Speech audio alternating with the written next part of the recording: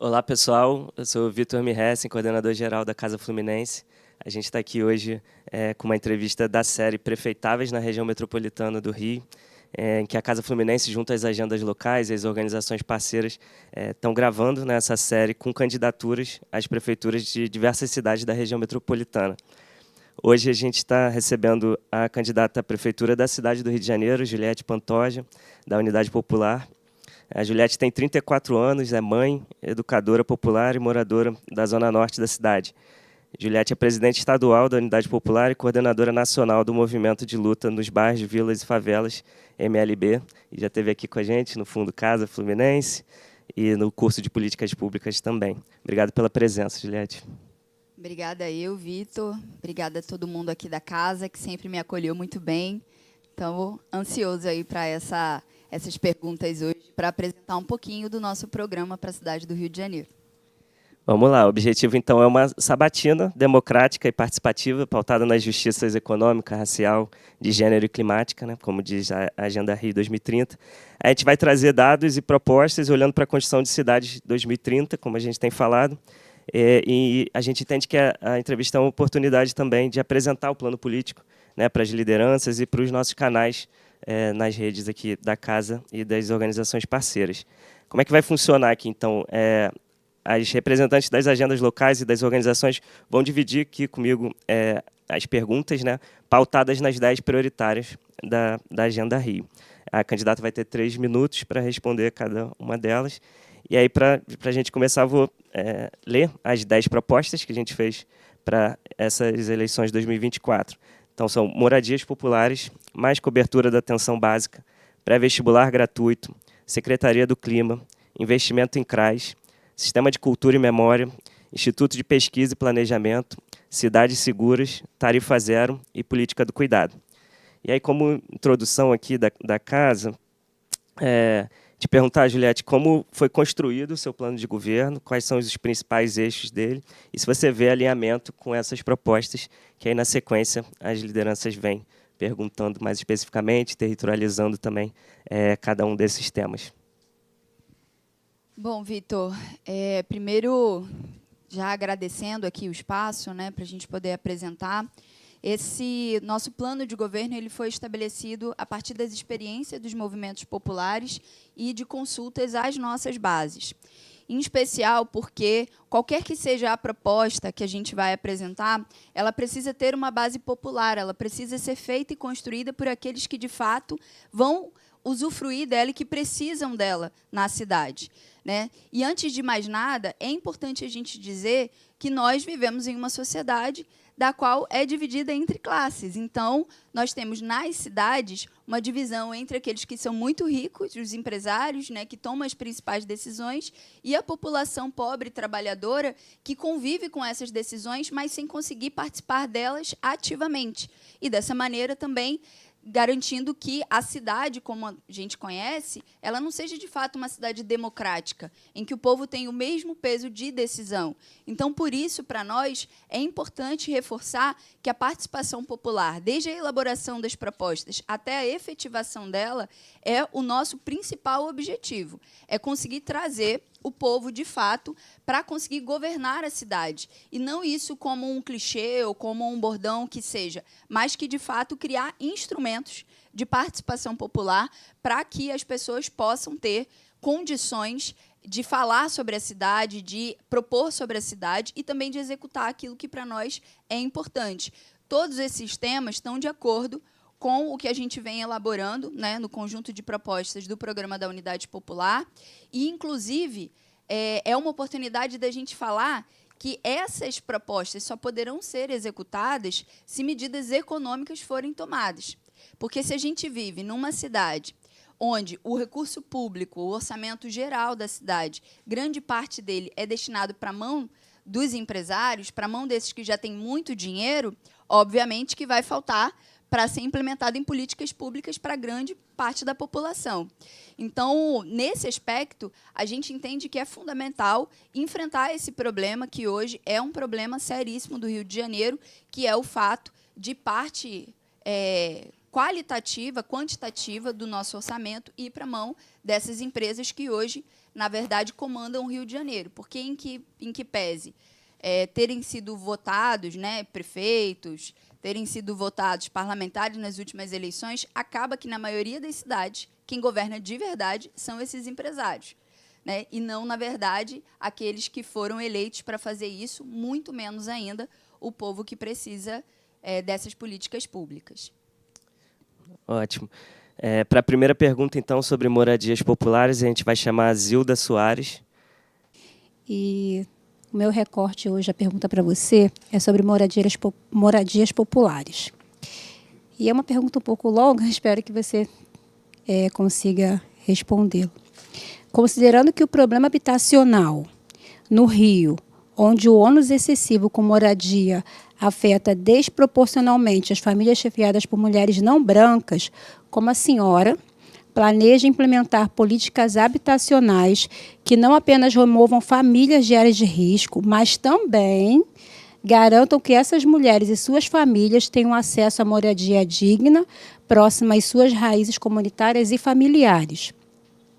Como sua administração lidará com as pressões econômicas que essas famílias enfrentam, ao mesmo tempo em que trabalha para cumprir as metas do Objetivo de Desenvolvimento Sustentável, né? A meta de número 11, que visa tornar as cidades mais inclusivas, seguras, resilientes e sustentáveis até 2030. E reduzir o déficit habitacional, que já ultrapassa 220 mil moradias nessa cidade, a qual você está como candidata, uma das prefeitáveis. E, para fechar minha pergunta, é uma coisa muito importante para que você traga para a gente poder entender, né, e conversar sobre isso. Como acelerar a política de habitação de interesse social? Obrigada, Zilda.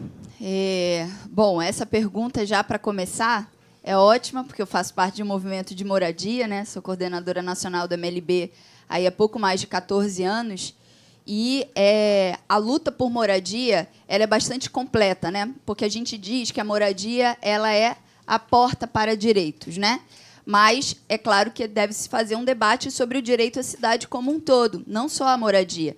Então, essa pergunta é bastante completa porque ela lista, inclusive, isso, né?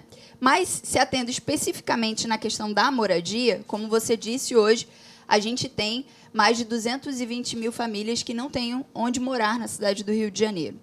Essa é uma realidade muito parecida com a realidade de várias outras grandes cidades, né? Mas tem uma pesquisa que saiu recentemente da Fundação João Pinheiro que apresenta, inclusive, que de 2012 para cá a gente teve uma quantidade de imóveis que foram ficando vazios cada vez maior também nas cidades. Aqui no Rio de Janeiro, a gente tem mais de 300 mil imóveis vazios.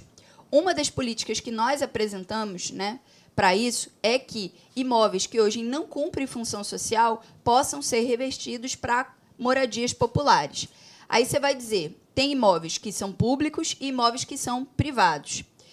Tem um instrumento no Estatuto das Cidades que prevê, inclusive, que imóveis privados eles possam ter um aumento no IPTU que seja gradativo e que ele pode chegar até a 15% em 5 anos. Com base nisso, após esses 5 anos, se eles permanecem vazios, eles podem, sim, ser destinados para a moradia popular e a prefeitura fazer uma compensação através da dívida pública, da dívida ativa do município. Essa é uma das formas. Mas, além disso, a gente tem uma série de outros imóveis, seja de governo federal, governo estadual, que hoje estão vazios e que, com uma política coerente da Secretaria de Habitação do Rio de Janeiro, é possível que esses imóveis se transformem em moradias. Então, a nossa proposta, de forma mais objetiva, é a garantia do levantamento desses imóveis e a garantia de um programa municipal que tenha condições de requalificar essas moradias para serem transformadas em moradia popular. A realidade é que, nos últimos anos, nem o orçamento da Secretaria Municipal de Habitação foi utilizado em sua totalidade para políticas de habitação, fazendo com que, a cada ano, aumente o déficit habitacional e a política de habitação nunca sai do papel. Então, a nossa proposta é que, através dessas políticas de requalificação desses imóveis, com investimento claro em a produção de moradia, com a participação popular, inclusive com a participação dos movimentos populares, que é o que já está certo, inclusive. Obrigado.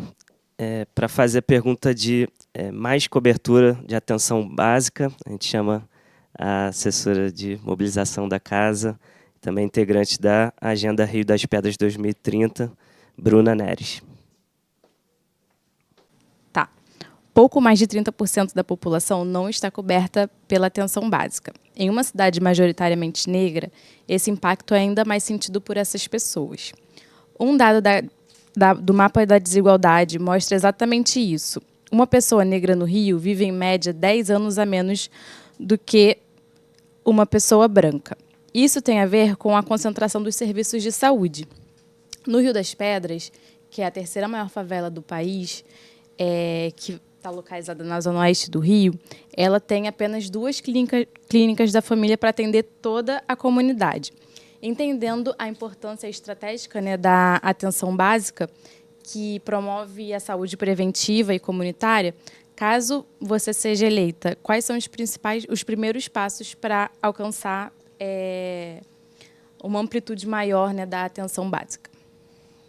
Bruna, eu peguei até aqui o telefone para poder apresentar um dado complementar com relação a isso, porque eu sou moradora da Zona Norte, o vice na nossa chapa, o companheiro Vinícius Benevides, é morador da Zona Oeste, e a gente tem debatido muito sobre essa cobertura da atenção básica, da saúde, da assistência social, em especial nessas regiões da Zona Norte e Zona Oeste, que são as que têm uma grande densidade da população e que sofrem hoje com a falta de políticas públicas nessas áreas. A gente tem, aí desde prioritariamente, desde que as chamadas OS, né, as organizações sociais, passaram a fazer a gestão da saúde pública no Rio de Janeiro, a gente tem uma piora considerável nessa ação. Primeiro porque parte do orçamento, que é da Prefeitura do Rio, para essa atenção, ela precisa passar primeiro pelas OS, podendo, inclusive, não chegar na ponta, que é o que a gente tem visto, né? Não chegar ao usuário do SUS, ao usuário, né, dessa política que é tão necessária. Você disse aí, em especial, sobre Rio das Pedras, Zona Oeste. E, de fato, a gente tem que fazer um comparativo, porque só das 5 maiores cidades, né, brasileiras, Salvador, Belo Horizonte, Rio de Janeiro e São Paulo, a gente tem uma quantidade muito diferente de investimento na saúde. Para você ter uma ideia, em São Paulo, uma grande cidade, né, a gente tem um investimento por pessoa de R$ 1.311. No Rio de Janeiro, esse investimento está em R$ 560. Logo, é muito menor comparativamente. E a gente vive isso na pele, né? Em especial nessas regiões da Zona Norte e da Zona Oeste. A gente precisa equalizar esse investimento, fazendo com que essas áreas que têm maior população, né, maior densidade, sejam melhor atendidas. Para isso, é necessário uma administração direta da Prefeitura.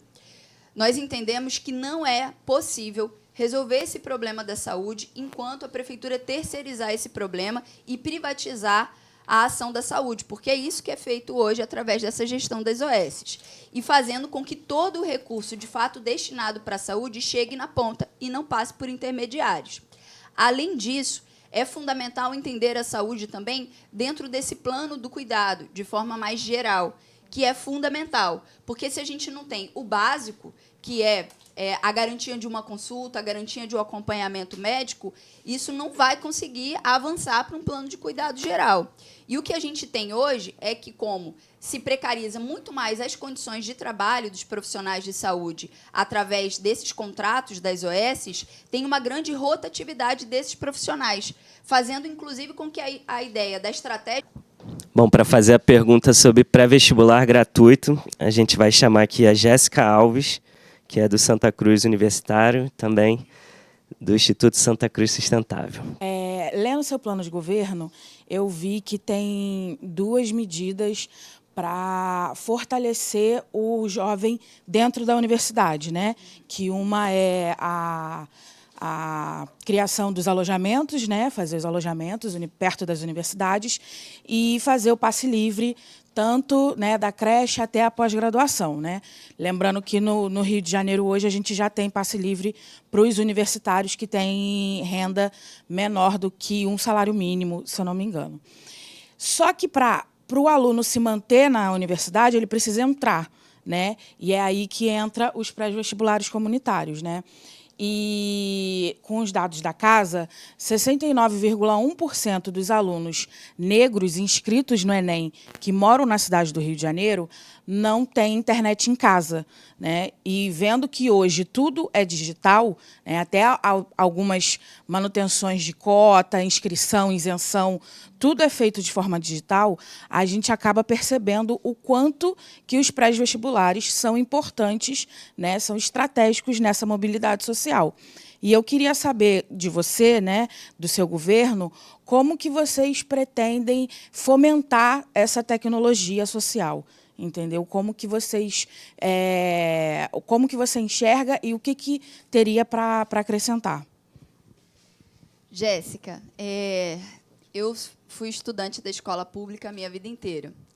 A minha atuação social, ela começou na Associação dos Estudantes Secundaristas do Rio de Janeiro, a AERJ, com 14 anos, quando eu tive a felicidade de poder encontrar o movimento estudantil na escola estadual que eu fazia parte, e eu fui uma das pessoas que se engajou, inclusive, na luta pelo passe livre no Rio de Janeiro, que é uma luta histórica e que nós conseguimos uma vitória muito importante, que é a do passe livre, mas que, ao longo dos anos, ela se tornou uma meia vitória, porque a gente tem um passe livre limitado. É uma quantidade limitada de passagens para ir e vir só da escola e que não oferece a gente uma mobilidade por toda a cidade, né? Que não garante, inclusive, uma formação complementar, a ida para museus, a ida para espaços, né, de cultura. Então, a gente ainda precisa continuar em luta para que isso seja uma política real mesmo, né? Então, é por isso até que a gente apresenta que é possível que a cidade do Rio de Janeiro tenha uma política de passe livre ilimitada para os jovens, em especial da escola pública, mas para todos os estudantes. Para além disso, a política de ingresso na universidade, né, de fato, ela precisa ser muito, muito avançada. Nós, enquanto socialistas, defendemos, inclusive, a universalização do ensino superior, que ele seja exatamente como é você passar do ensino fundamental para o ensino médio, que isso possa ser uma realidade em pouco tempo, porque a gente não pode viver de pequenos e pequenos passos, né? A gente precisa avançar muito nisso. Eu, por exemplo, né, estudei a minha vida inteira em escola pública, quando eu terminei o ensino médio, eu não fui para a universidade. Eu fui trabalhar com 17 anos, como é a realidade da maioria dos jovens, e sequer passava pela minha cabeça a possibilidade de cursar uma universidade. E essa é a realidade da maioria dos jovens, né? Então, políticas que, de fato, fortaleçam não só o ingresso, mas também a perspectiva da juventude, da possibilidade de entrar na universidade, são fundamentais. E tudo isso, obviamente, está conectado, né? A gente tem estabelecido, através da nossa construção popular do programa, algumas metas para isso, né? Então, o fortalecimento de iniciativas de pré-vestibulares são uma delas, né? Eu atuei como educadora popular em alguns prés, mas especificamente em cursos de alfabetização de jovens e adultos, né? Na outra ponta, que também é um problema no Rio de Janeiro. Hoje a gente tem mais de 120 mil pessoas que são analfabetas no Rio de Janeiro, numa cidade como a nossa, cidade riquíssima. E, ainda se a gente for falar de analfabetismo funcional, ainda temos um longo percurso pela frente para além disso, né? Mas, especificamente sobre os prés, a gente tem essa política desse fortalecimento. Bom, para fazer a pergunta sobre Secretaria do Clima, a gente convida aqui a Tati Maria, que é coordenadora de operações da Casa Fluminense e é da Agenda Penha 2030. Então, a gente sabe que a capital do Rio, né, já possui uma Secretaria de Clima e plano de adaptação. Mas a gente precisa avançar rapidamente frente à crise climática. E uma grande aliada para isso é a cultura e a ampliação de parques verdes. Então, caso seja eleita, quais são as principais ações que você vai direcionar para a Secretaria do Clima? E também saber se a construção e revitalização dos parques são uma prioridade do seu governo. Com certeza. Eu acho que a criação de áreas verdes, né, o desenvolvimento de áreas verdes na cidade são fundamentais, porque elas funcionam como um pulmão da cidade, né, para a gente ajudar a ter um ar mais limpo e também para garantir a drenagem, né, no caso de grandes chuvas, e garantindo que, dessa forma, diminua as enchentes que o Rio de Janeiro sofre ano após ano. E eu diria que, para além disso, é necessária uma política, de fato, que enfrente um problema que é ignorado há décadas no Rio de Janeiro, que é uma atuação conjunta, né, com a Secretaria de Meio Ambiente, para impedir que as encostas no Rio de Janeiro, que são muitas, continuem sofrendo com deslizamentos a cada grande chuva, né? Mais cedo, né, a companheira Zilda falou aqui, né, de Acari, e nós da MLB estivemos em Acari agora esse ano, numa das piores enchentes da história desse bairro, da história do Rio de Janeiro, e que também é provocada e que chega em todos os lugares, justamente porque a gente não tem uma política que, de fato, crie esses pulmões, crie locais de drenagem da água e que não respeitem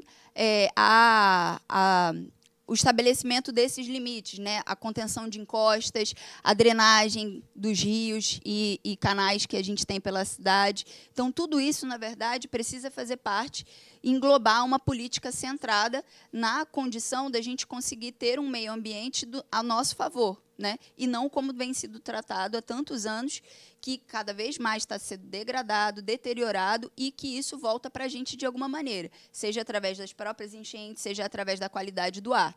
E é fundamental entender que isso passa também não só por uma atuação, vamos dizer, de política pública, mas passa também por uma atuação de fiscalização dessas empresas que hoje atuam na cidade do Rio de Janeiro e que, na grande maioria, não têm compromisso em garantir o meio ambiente saudável, né? Na maioria das vezes, a gente tem debates e debates sobre, por exemplo, a despoluição da Baía de Guanabara, que não vai para frente porque, ano após ano, a gente continua com, em especial, grandes empresas poluindo a Baía de Guanabara, poluindo os nossos rios, fazendo com que a gente não tenha o controle de todos esses resíduos que são colocados lá. Então, eu acho que uma política que entenda a necessidade dessa criação dos corredores verdes, que entenda a necessidade da criação de parques alinhada com uma cobrança e uma fiscalização maior dessas grandes empresas, podem fazer com que, de fato, a gente consiga ter uma cidade mais sustentável. Agora, enquanto a gente viver nesse sistema capitalista, inclusive, onde a sanha principal é pelo lucro e não pela vida das pessoas, a gente vai sofrer com um meio ambiente completamente degradado e o clima cada vez mais...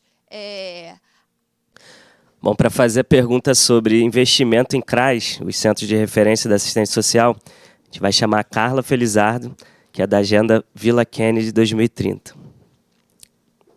Então, em pensar a média de famílias atendidas pelo CRAS é de 20 a 30 mil pessoas, e pelo SUAS a gente tem uma previsão de 5 mil pessoas.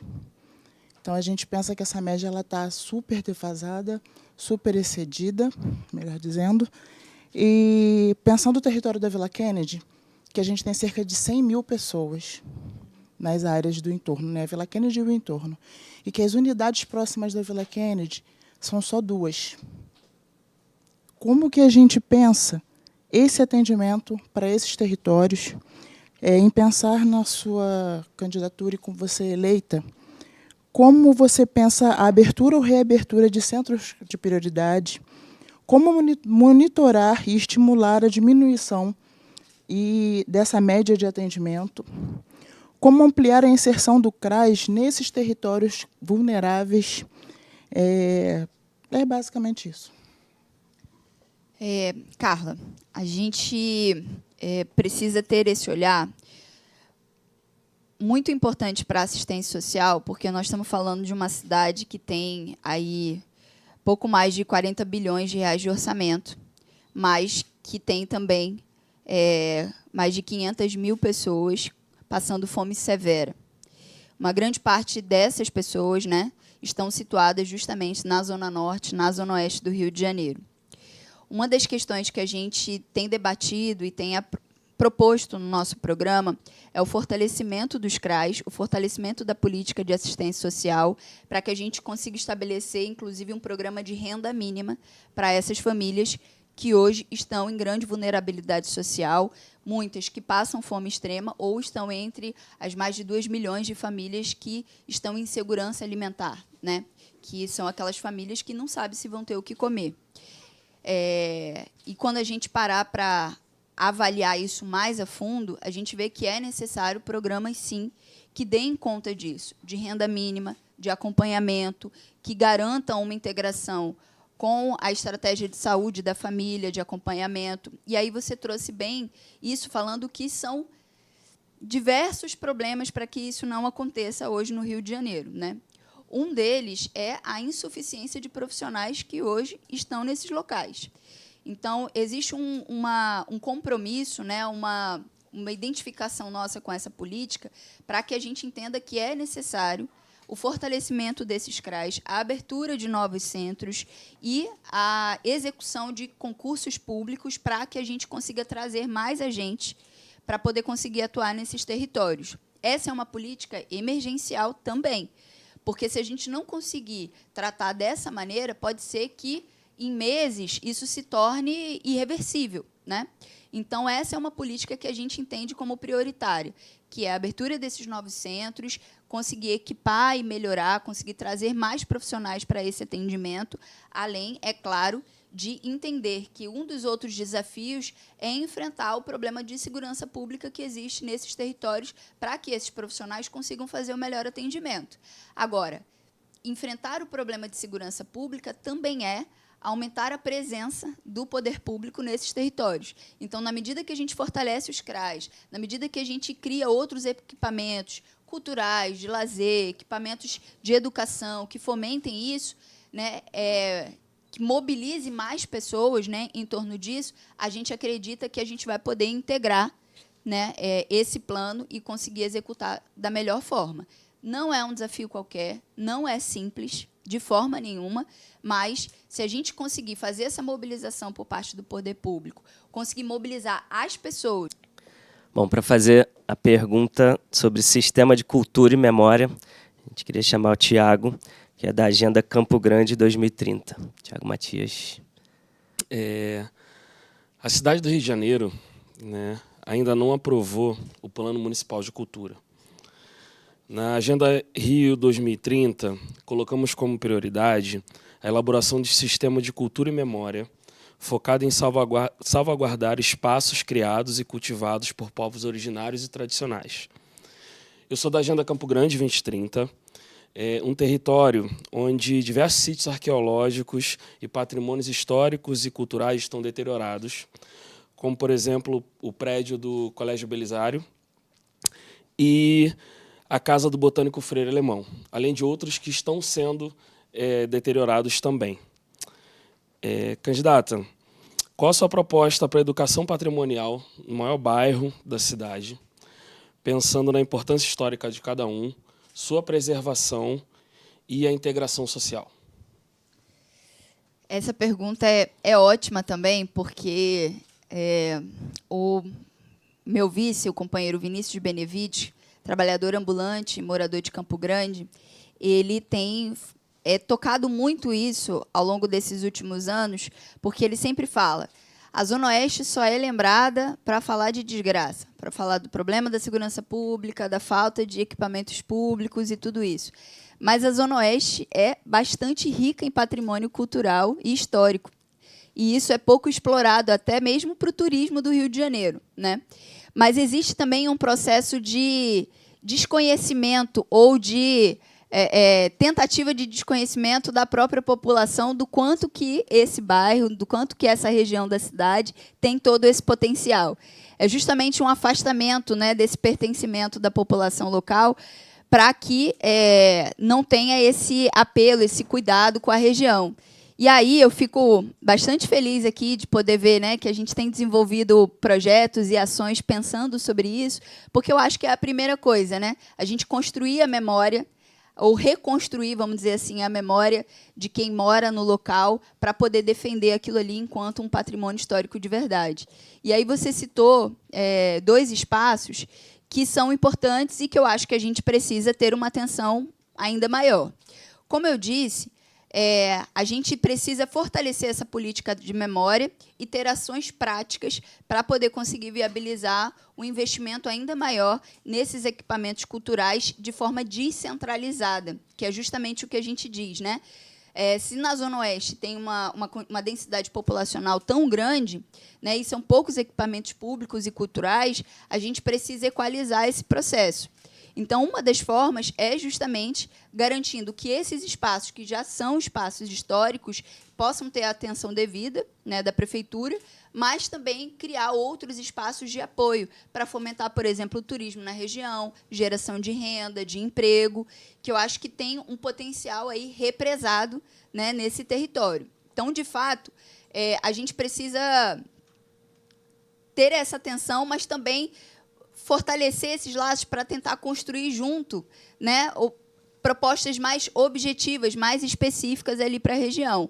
Mas eu não tenho dúvida que essa é uma delas. Além do que, melhorar também a mobilidade da cidade para garantir que essa região toda esteja conectada, talvez como um circuito cultural, né, ali pela região, que possa ser, de fato, algo que favoreça quem mora, mas também quem está indo lá visitar. Então, eu acho que essa é uma proposta que a gente pode ajudar a desenvolver, né? Por enquanto, ela ainda está um pouco no campo da ideia, né, desse circuito cultural, desse investimento ali, mas eu acho que é fundamental que a gente consiga reforçar cada vez mais. E aí eu já não podia deixar aqui de pedir ajuda para poder a gente construir junto. Bom, agora então a gente encerra esse bloco, né, das agendas locais, agradecendo aí a Agenda Campo Grande, a Agenda Vila Kennedy, a Agenda Penha, a Agenda Santa Cruz, a Agenda Rio das Pedras, a Agenda Cari, pelas perguntas. E a gente entra no bloco das organizações parceiras, que vão perguntar dos demais temas, né, da Agenda Rio 2030, a partir de suas abordagens. E aí convidar o Lucas Martins, que é assessor de informação da Casa Fluminense, também membro da rede GCD, de Geração Cidadã de Dados, e do OCA Urbana, o Observatório Colaborativo da Agenda Urbana Fluminense. Falando um pouquinho o que é esse observatório, né, que o Vitor falou. O Observatório Colaborativo da Agenda Urbana Fluminense é uma iniciativa de geração cidadã de dados, de uma rede de entidades coordenada pelo Departamento do IAB, né, do Rio de Janeiro, que monitora planos e instrumentos urbanísticos ligados à política ambiental dos municípios fluminenses. O Plano Diretor do Rio, que foi aprovado nesse ano, contém um capítulo do direito à moradia digna, dedicado às favelas, e capítulos sobre habitação e instrumentos de política habitacional, que, entre seus objetivos, incluem a produção de dados como identificação de imóveis não edificados, subutilizados ou não utilizados, e prevê a aplicação de instrumentos do Estatuto das Cidades para intensificar a oferta de habitação de interesse social. Mesmo incluindo esses dispositivos nos seus planos diretores, os municípios pouco têm avançado com seus institutos de pesquisa e planejamento na direção de fomento a indicadores territorializados que possam aferir o uso da função social da terra e da propriedade. E tudo isso dialoga com a gestão social das mais-valias, geradas principalmente a partir de decisões e investimentos públicos, e com a aplicação de recursos públicos de forma prioritária sobre as áreas e pesquisas que apresentam mais necessidades e vulnerabilidades socioambientais. A aplicação desses recursos deveriam se dar fundamentalmente a partir de evidências localizadas no combate ao déficit habitacional e a superação das inadequações domiciliares, em todas as suas dimensões. Como a candidatura pretende, nos próximos anos, fomentar novas soluções para a política habitacional sem depender exclusivamente do aporte de recursos federais? Perfeito, porque a gente consegue se debruçar um pouco mais sobre esse tema da moradia e justamente falar um pouco mais sobre esses desafios, né? Não é tão simples a gente falar de construção, de desapropriação para fim de moradia popular.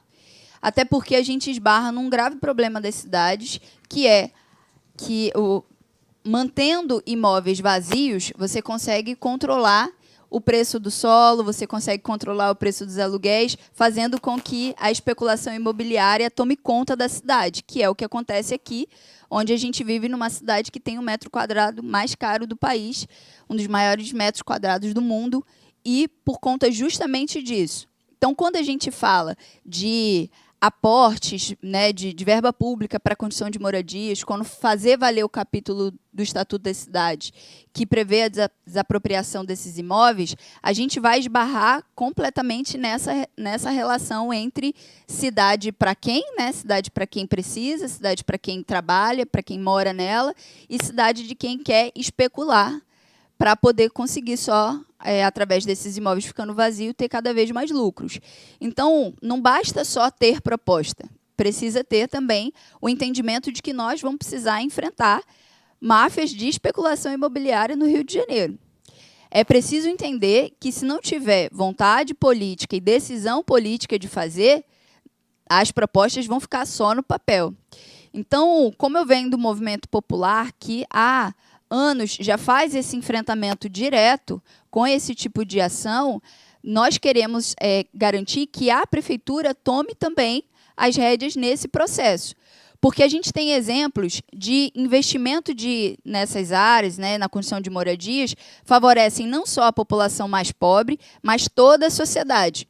Porque isso faz com que a gente tenha um mínimo controle, por exemplo, do preço dos aluguéis. Se a gente tem pelo menos aí 30% da oferta de moradia vindo proveniente da prefeitura ou de parcerias com o governo do estado e o governo federal, isso faz com que essas ofertas estejam aí rivalizando com esses outros que querem cobrar cada vez mais caro para os aluguéis nas cidades. Então, essa é uma forma de conseguir avançar na justiça social das cidades. Agora, para isso, precisa ter vontade e coragem política para fazer, né, para poder trazer esse enfrentamento. E, para além disso, né, eu acho que eu cheguei a falar um pouquinho na outra pergunta também, é que hoje, na prática, a gente não tem a prefeitura assumindo nenhuma parte nessa fatia para resolver o problema habitacional, como você disse. É tudo assim, vem dinheiro do governo federal através do Minha Casa Minha Vida, né, vem dinheiro do governo do estado. A prefeitura praticamente não toma nenhuma posição com relação a isso. Nós queremos inverter. Bom, para fazer a pergunta sobre cidades seguras, a gente quer convidar a Letícia Pinheiro, que é pesquisadora do Programa de Direito à Vida e Segurança Pública do Observatório de Favelas.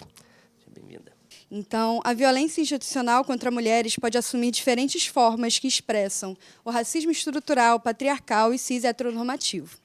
Considerando que, quando essa violência se expressa na sua dimensão territorializada, atinge mulheres moradoras de favelas e periferias e se manifesta através das muitas barreiras para acessar serviços e equipamentos públicos de proteção, das dificuldades em criar protocolos de atendimento, na ausência de equipamentos especializados e ainda pela fragilidade das instituições em dimensionar e lidar com as múltiplas formas de violência de gênero para além da violência doméstica.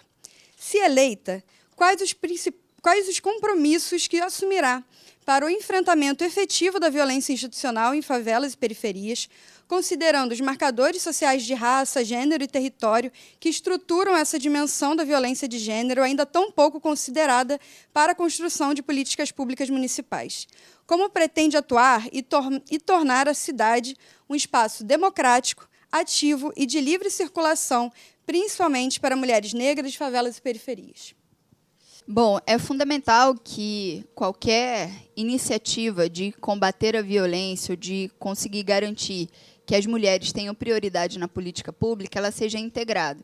Então, a gente já tem falado aqui sobre algumas dessas políticas, né? Por exemplo, moradia. Se a gente está dizendo que é fundamental que se construa moradias populares no Rio de Janeiro, é para entender que as mulheres negras, que as moradoras de periferia vão ser o principal público-alvo dessa política pública. Porque isso é fundamental hoje na cidade do Rio de Janeiro. Você não combate essa desigualdade sem medidas práticas, sem medidas materiais objetivas. Então, uma delas é essa garantia de moradia em especial para essas mulheres. Para além disso, a gente tem pouquíssimos equipamentos públicos com essa atenção, né? que consigam, muitas vezes, entender o processo da violência, seja ele uma violência doméstica, uma violência institucional, e conseguir dar vazão a perspectivas para além disso. Né? Então, você tem um atendimento hoje limitado para a quantidade de violência que a gente tem na cidade do Rio de Janeiro. Então, uma das nossas propostas é também fazer com que a gente desenvolva casas de acolhimento que possam acolher mulheres vítimas de violência, que possam, através desse primeiro olhar atento, perceber a realidade dessa mulher, da sua família, do seu meio, e conseguir estabelecer, assim, políticas que consigam atender diretamente às suas necessidades, sejam elas na geração de renda, sejam elas na independência econômica, né, da independência emocional, que a gente consiga trazer um acompanhamento direto a isso. Porque fato é que hoje, né, nessa sociedade que a gente vive, é tudo muito individualizado, né? Os problemas eles são individuais, né? Isso é colocado para nós, mas na verdade não são. Os problemas eles são coletivos. E na medida que a sociedade, que os governos abram mão de interferir nisso diretamente, esses problemas vão sobrecarregar principalmente essas mulheres, principalmente essas pessoas que durante muito tempo ficam à margem das políticas públicas. Então, para que a gente consiga pensar em justiça, a gente precisa pensar em reverter esse quadro. Então, com a atuação dessa política de moradia, que é ainda a primeira porta para direitos, com uma atenção especializada para mulheres que sofrem violência, com uma atenção para essa política da assistência social, que também ajude, desenvolva, né, a política de combate à fome, tudo isso ajuda. Para além disso, existem vários outros mecanismos. Por exemplo, uma das coisas que a gente apresenta é a gente conseguir avançar na educação em tempo integral das crianças, porque hoje essa política do cuidado familiar ainda está muito voltado para a sobrecarga das mulheres, né? A gente vive numa cidade em que as mulheres gastam aí, em média... Bom, agora a gente queria convidar a Laura, que é mobilizadora do Nossas, da campanha Busão 0800, do Meu Rio também, para fazer a pergunta sobre tarifa zero. O transporte é uma pauta central, né, já que é através dele que a população consegue acessar outros direitos fundamentais, como educação, cultura, lazer e saúde, entre outros. Né? E a tarifa zero já é uma realidade em mais de 100 cidades brasileiras, para toda a população, né, entre capitais e regiões metropolitanas. E nós do Nossas e do Meu Rio, junto com a Casa Fluminense e um conjunto de outras organizações, estamos construindo a campanha Busão 0800, que calculou quanto custaria para os municípios zerar as tarifas e protocolou em algumas cidades da metrópole um projeto de lei fomentando essa política.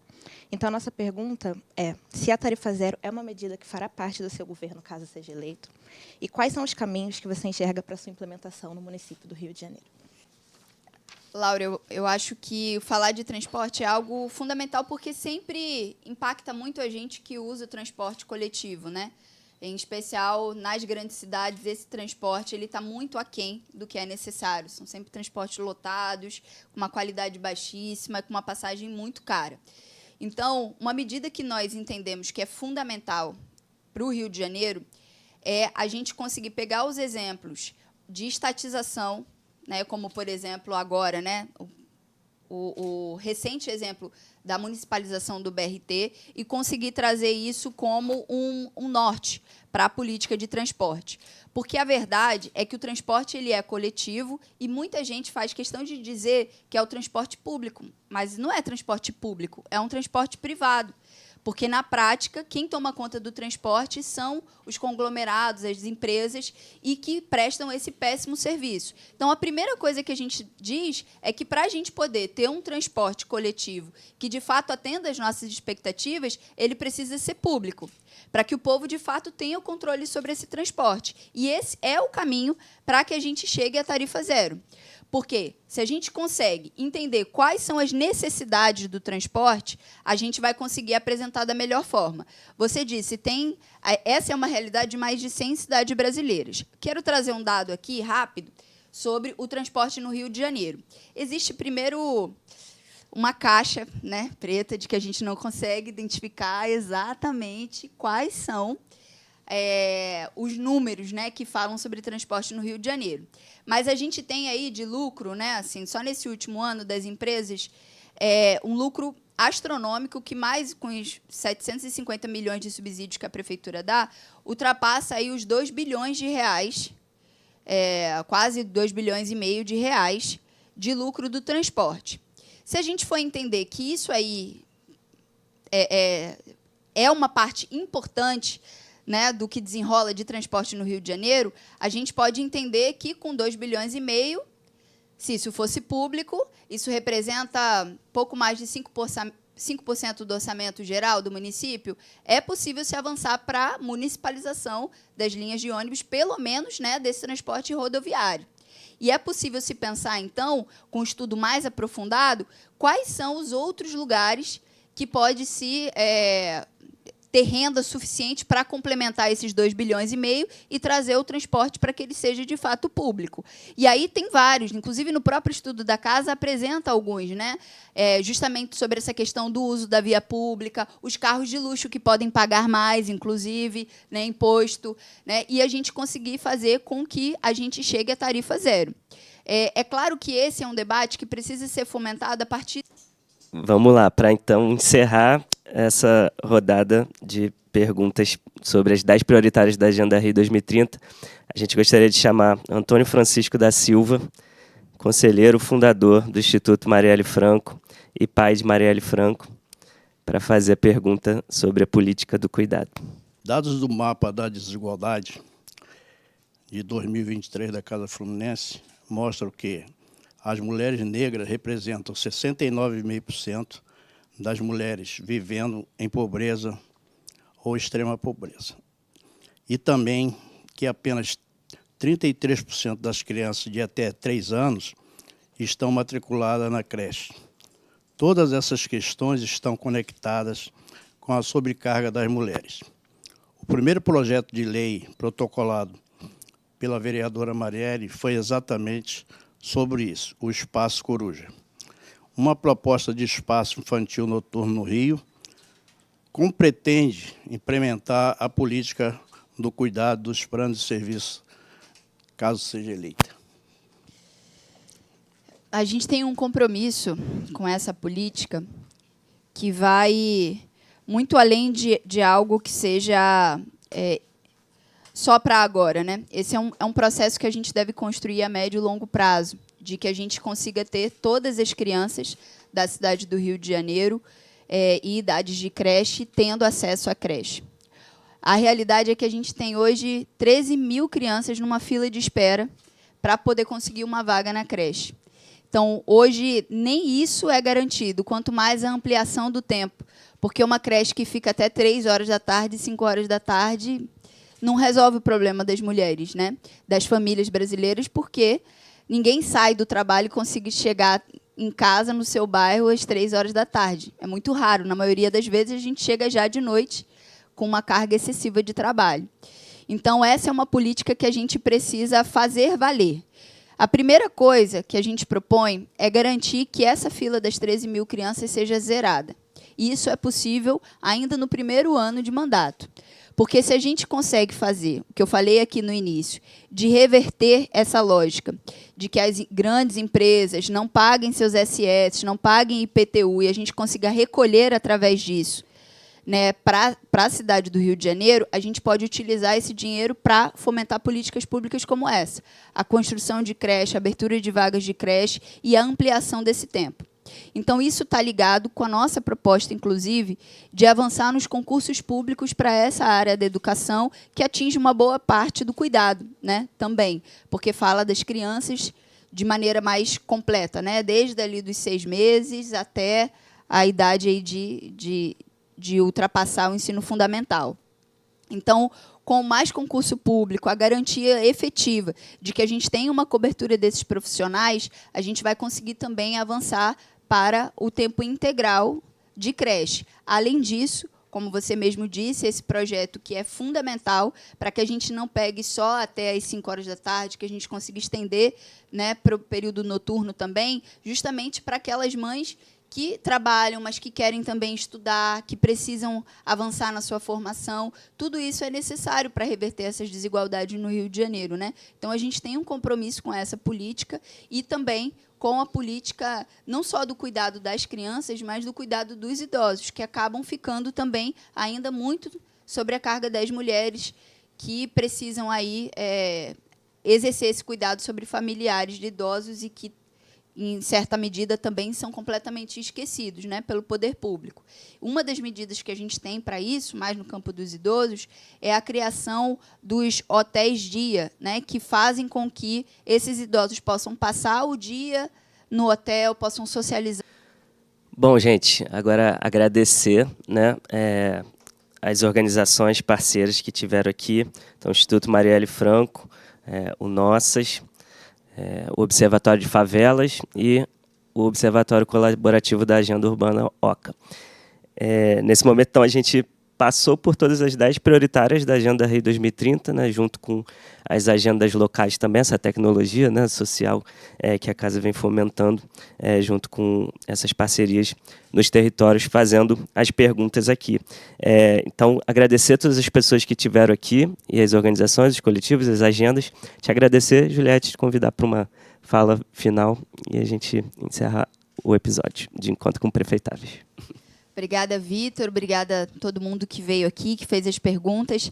É claro que a ideia de sociedade ou de cidade que a gente tem, ela vai para muito além de um plano de governo, né? Ela vai para uma disputa ideológica mesmo de qual é a cidade que a gente precisa e que a gente precisa construir. Isso ainda está muito longe, mesmo com todas essas medidas, daquilo que realmente vai mudar profundamente essa sociedade. Mas a gente entende que é preciso não só denunciar essa violência, esse descaso que a gente vive, mas também apresentar propostas que levem a gente à reflexão, justamente para que isso seja um fator de mobilização nossa. Porque a gente entende que a gente só vai conseguir, de fato, transformar a nossa realidade na medida que a gente, que sofre isso cotidianamente, possa se mobilizar para transformar. Uma das coisas que a gente tem debatido e tem construído muito nesse último período, né, para poder apresentar a nossa candidatura para a prefeitura, é o entendimento de que só o processo eleitoral, como existe hoje, não é suficiente para nós. Só ir lá e votar e dar carta branca, né, para se fazer o que quiser, não é suficiente. É necessário criar instrumentos cotidianos de permanente participação política. Então, boa parte das propostas que a gente apresenta, por exemplo, o passe livre ilimitado, a tarifa zero, isso são coisas que a gente quer construir através de plebiscitos, através de referendo, porque aí a gente dá força a essa proposta e consegue gerar um impacto maior na sociedade. E aí consegue impedir, inclusive, que a outra parte da cidade, que é a parte muito rica, né, e que tem dado as cartas na política da cidade há tantos anos, ela vai querer colocar entraves ou vai querer colocar problemas de viabilidade na efetivação dessas propostas, né? A gente quer trazer a força popular para realmente fazer a diferença no Rio de Janeiro. A gente vive numa cidade extremamente rica. O orçamento da cidade não é pequeno, não é uma cidade que tem pouco dinheiro para investir.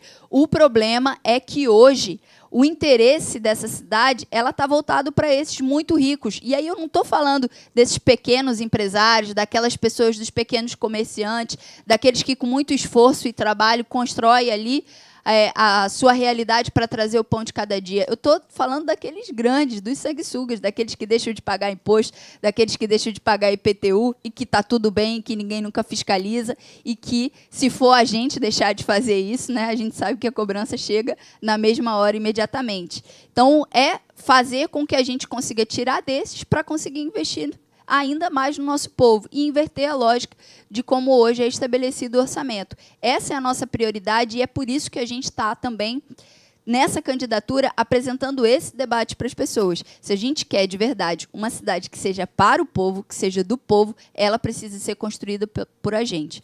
Então, eu queria agradecer muito aqui o espaço, em especial a Casa Fluminense, que já vem desenvolvendo esse trabalho há muito tempo. Como você disse aí no começo também, já fui aluna aqui do curso de Políticas Públicas, faço parte de uma organização que pôde contar com o fundo da Casa para desenvolver projetos importantíssimos e acho que a nossa ação tem que ser cada vez mais essa.